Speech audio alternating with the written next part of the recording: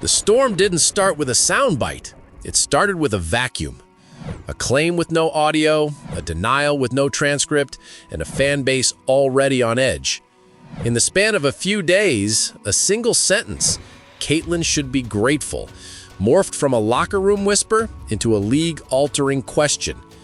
Did the league's most powerful voice really say it about its most visible star? Or did an already tense labor moment spin a private conversation into something it was never meant to be? The answer matters, not just for Caitlin Clark, but for every player watching the calendar inch toward a CBA deadline. Here's the spark. Minnesota's Napheesa Collier, all WNBA talent, WNBA PA vice president, and a voice players listen to, used her exit interview to unload on league leadership. Among her most explosive claims, in a private conversation earlier this year, WNBA Commissioner Cathy Engelbert told her that Clark should be grateful she makes $16 million off the court because without the platform the WNBA gives her, she wouldn't make anything. Collier also said Engelbert had told players they should be on their knees grateful for the media rights deal. No recording, no transcript. Just a detailed memory from a player with skin in the game and a league commissioner who would be expected to choose words with surgical care. In the outrage economy, those 26 words did the damage. The grateful line ricocheted across feeds, swallowed context, and took on a life of its own. Collier's framing wasn't subtle. She tied the comment to a core labor grievance. Young stars who drive revenue are stuck on rookie-scale pay for 4 years, even as the league enjoys a historic surge of attention. In that construction, be grateful sounds less like perspective and more like a power move. It's why the fire spread so quickly. To players who feel undercredited, the line carried a very specific sting. Then came the first plot twist. Caitlin Clark herself. The Fever Guard backed Collier's broader concerns, calling them valid, and added that Engelbert had not reached out to her since Collier's remarks surfaced, an awkward admission that fed the narrative of a widening communication gap between the league office and the face of its current boom. Clark's words weren't a pile-on. They were measured, almost clinical, but the lack of direct contact was a needle scratch that no PR plan could fade out. Timing made it worse. This wasn't February or a mid-season lull. This was finals week, the biggest stage of the year, just as the league and unions stare down on October 31st expiration of the current labor deal after the players opted out last fall. One bad headline is noise. A trust story at contract time is leverage. Even neutral fans understood the stakes. If the commissioner truly said it, the optics are brutal. If she didn't, the league still has a messaging crisis that's now bleeding into its marquee event. So, did she say it? At her finals news conference, Cathy Engelbert said no. She labeled the circulated remarks inaccurate, went on the record that she did not make those comments, and acknowledged, "I have to do better." That denial wasn't hedged. It was categorical. In the same setting, she pushed back on the "on their knees" phrasing as well, portraying the whole episode as a mischaracterization of private dialogue. If you're scoring it at home, allegation detailed, denial explicit. Welcome to the gray zone where trust lives or dies. When a public figure denies a quote, fans instinctively ask, "What's the paper trail?" That's the rub. There isn't one. No audio, no minutes, no third-party transcript. What exists is Collier's careful recollection and Engelbert's categorical rejection, with real-world momentum pushing both narratives. And because there's no neutral record, people default to prior beliefs. If you think the league undervalues players, the line sounds plausible. If you think social media hammers context into dust, the denial feels sensible. That polarization is why one sentence triggered an earthquake. Clark didn't embellish. She didn't perform outrage or play gotcha. She simply validated the issue, the economic mismatch for rookies who move markets, and revealed that the commissioner hadn't called. For many, that absence said more than any denial.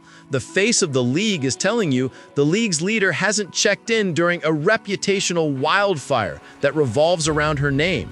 You don't need a comms degree to see how that reads. Underneath the quote war sits the real fight: money, power, and timing. Collier has been blunt for months about officiating consistency, player safety, and compensation. She's not hunting clout, she's placing markers ahead of a negotiation that will define her prime earning years and the next era of the WNBA. That's why the "Be Grateful" line isn't just a PR problem. If unaddressed, it's evidence in the court of player sentiment that the people counting the dollars don't fully appreciate who's making them. And the clock? It's loud. The union's early opt-out means the current deal ends October 31, 2025, and reporting suggests a fresh agreement by the deadline is unlikely. Translation: both sides might need an extension or risk work stoppage specter creeping into the discourse. That's not prophecy, it's math plus history. Every negotiation features brinksmanship, but when tempers flare in public right before the buzzer, everyone feels the floor tilt. Perception isn't everything, but it's never nothing. Days before the finals, you want headline words like celebration, showcase, growth. Instead, the lead story became inaccuracies, grateful, and do better. Even with the denial, the semantics of power are stubborn. Be grateful from a league office doesn't sound like stewardship, it sounds like a boss reminding labor who signs the checks. That may be unfair to what Engelbert intended, but communications are judged by how they land, not how they leave your lips. There's also an officiating subplot that's been simmering all season.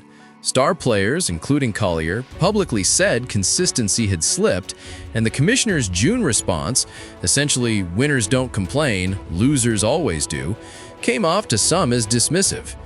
Layer that on top of a summer in which players wore "pay us what you owe us" shirts at All-Star, and you've got a context where any phrase implying gratitude is going to set off alarms. It's not one quote, it's a stack of kindling. If you're Team Engelbert in this argument, there is a case. The W is bigger than one star, Clark benefits from a league platform that predates her, and commissioner-led structural gains like enhanced travel and a looming media rights reset are designed to lift all boats. Growth has been real, the data is visible, but good faith context is not the same as a player hearing "be grateful," particularly when rookie wages lag far behind the value of the spotlight they deliver. Two truths can coexist and still clash. If you're Team Collier, you see something else. A league that's learned to brand growth faster than it's learned to share it, a communication shop that wins on LinkedIn and loses in locker rooms, and a pattern where player grievances about officiating, safety, and pay draw careful statements instead of concrete fixes.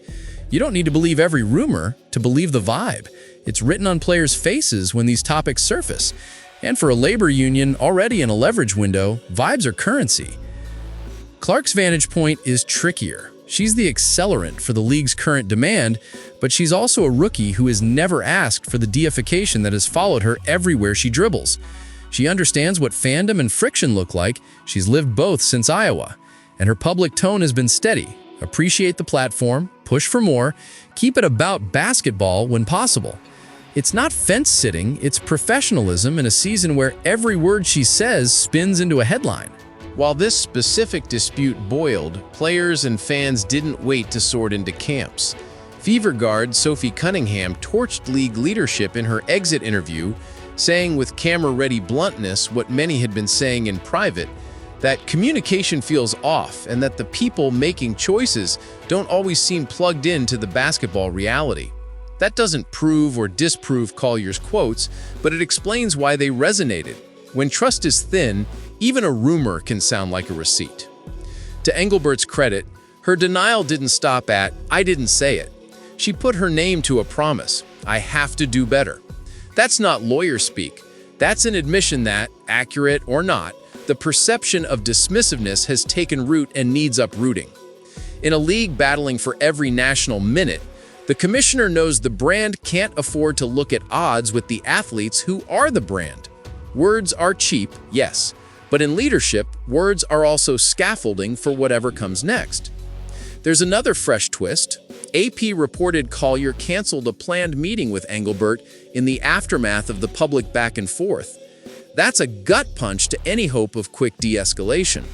Whether the cancellation was tactical or emotional, it signals that player leadership is comfortable letting this breathe in public for a beat longer. If reform is coming, players want to see it in writing, not hear it in a presser. Strip away the noise and you're left with a clean scoreboard of facts. Collier alleged the lines about Clark and about players being on their knees grateful. Engelbert denied saying them. Clark called Collier's larger points valid and said she hadn't heard from the commissioner. There is no recording, the CBA clock is ticking, and the league is simultaneously navigating record attention and fan scrutiny. That's the truth you can hang a microphone on. Everything else is inference, however sensible it sounds.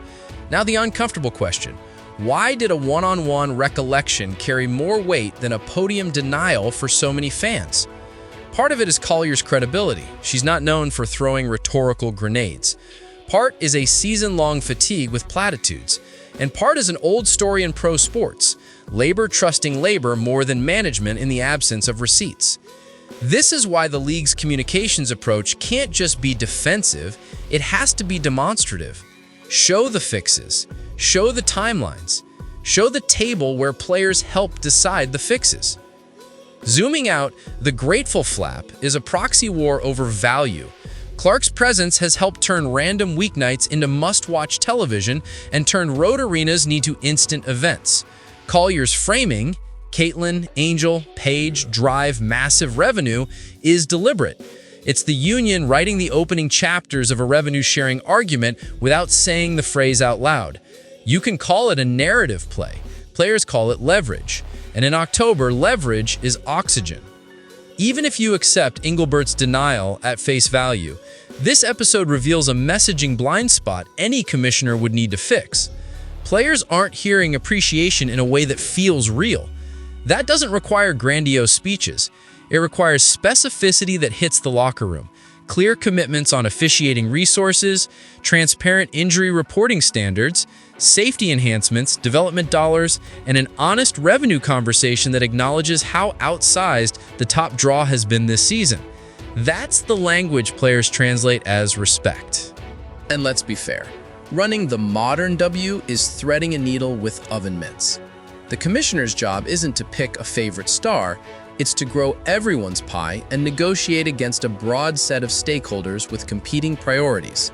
Owners, media partners, sponsors, and a rapidly diversifying audience that doesn't agree on what a win looks like. When growth arrives this fast, frictions multiply. You can read Engelbert's "do better" line as a recognition that the league's internal bandwidth has to catch up to its external momentum. Still, the optics of no direct call to Clark linger like a low-grade fever. The commissioner can deny a sentence and still miss a moment. A 3-minute phone call. "I didn't say it. I value you. Here's what we're building." Wouldn't fix systemic issues, but it would have changed the temperature. Instead, the vacuum held, and fans filled it with worst-case assumptions because that's what fans do in 2025. Absent context, the loudest narrative wins. If you want a deeper reason the grateful phrasing drew so much fire, look back at the way players felt let down earlier when the league's top office didn't forcefully condemn the ugliest fan vitriol around the Clark-Reese era. Players took note. They're not asking the commissioner to referee fandom. They're asking her to set values. When that didn't land, it created a reservoir of skepticism that any new misstep can tap into. That's why this blew past a routine he said, she said, and exploded into a referendum. And there have been genuine attempts at public goodwill. Over the summer, you saw collaboration, shared all-star moments, and even the commissioner surprising Clark with an all-star captaincy call, a not-so-subtle acknowledgement of her place in the firmament. But symbolism lasts one news cycle, systems last a season. The challenge now is bridging that gap. Here's where speculation lives, and we'll label it. Rumors among fans and some pundits suggest that if a deal isn't reached by Halloween, player leaders could harden their stance, using moments like this to prove the point that leadership doesn't get it. That doesn't mean a walkout is imminent, it means the climate is brittle. With reporting already hinting a new CBA by October 31st is unlikely, every trust fracture, however small, becomes a pressure multiplier. Meanwhile, there's a basic question hovering over the basketball part of this. Can the finals and the postseason storylines rise above the labor noise? In theory, a brilliant series is the best PR in the world. In practice, the most viral clip right now isn't a Dagger 3, it's a quote that may or may not have been said. That mismatch tells you how star-driven and conversation-driven the W has become. The league's biggest strength, its personalities, can also be its most temperamental engine. For Clark, the path through is familiar. Keep playing, keep answering, keep refusing to pour gasoline. She's already demonstrated a knack for threading the impossible needle, acknowledging the reality of her visibility while staying grounded enough to be coachable and team first. That balance is why her words land. When she says someone else's point is valid, it isn't performative. It's a calibrated admission that she's listening. And that, oddly, makes her the most credible ref in a game no one can officiate. For Collier, this is about more than a headline. It's about a paper trail. Canceling a meeting signals confidence that the moral math is on her side. She doesn't need to win an argument in a conference room. She needs to win the next one at the bargaining table. That's not cynicism, that's strategy. And whether you love it or hate it, strategy wins negotiations, especially when the public optics cooperate. For Engelbert, a denial is table stakes. A plan is the game. The quickest way to turn do better into reality is to turn players, especially vocal leaders, into co-authors of the fix. Don't just invite them to a meeting. Hand them agenda items and decision rights. Publish timelines. Assign names to deliverables. Announce a monthly officiating review with player liaisons. Put revenue mechanics on a whiteboard and show how any new media money touches salaries. The optics of partnership can be as powerful as partnership itself, but you need both. Now to the question that brought you here. Did the commissioner really tell Caitlin Clark to be grateful? Based on verifiable facts, we can only say this. Collier says yes, Engelbert says no. Clark hasn't claimed to hear it firsthand and says she hasn't been contacted. And there is no public recording. If you came seeking a smoking gun, it doesn't exist in the public record. What does exist is a bright flare exposing the distance between what players feel and what leadership thinks they've already communicated. There's a version of this story that ends small. A clarifying statement lands, a one-on-one conversation happens, everyone moves on. But there's also a version that turns into the defining parable of the 2025 WNBA, a league that grew faster than its internal culture could handle, a fan base addicted to star narratives, a union more sophisticated than ever, and a commissioner learning in real time that transparency is no longer optional. Which ending we get depends on the next 2 weeks. Watch for a few dominoes. 1. Whether Engelbert and Clark connect privately and say so publicly.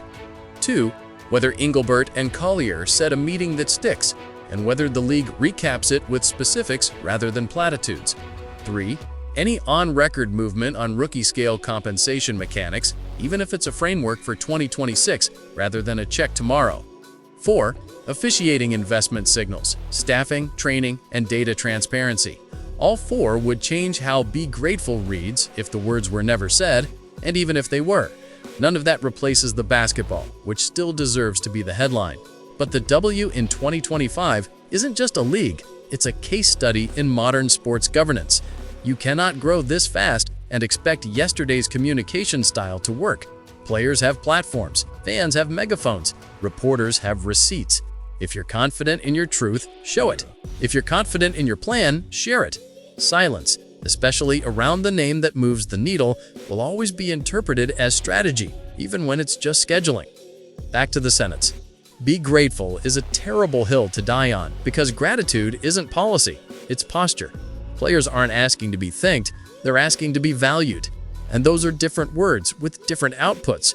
One yields social posts and surprise phone calls, the other yields line items and timelines. The fastest way to close the gap between allegation and denial is to make this week's headline impossible to imagine next year. That's not spin, that's structure. It's also, frankly, the best way to protect the brand the league and Clark are building together. Whether you see Clark as the driver of the surge or a beneficiary of a rising tide, the smart move is the same. Lock arms publicly, negotiate hard privately, and stop feeding the beast with preventable misfires. If fans are going to fight over a sentence anyway, make sure they're fighting over a box score line instead.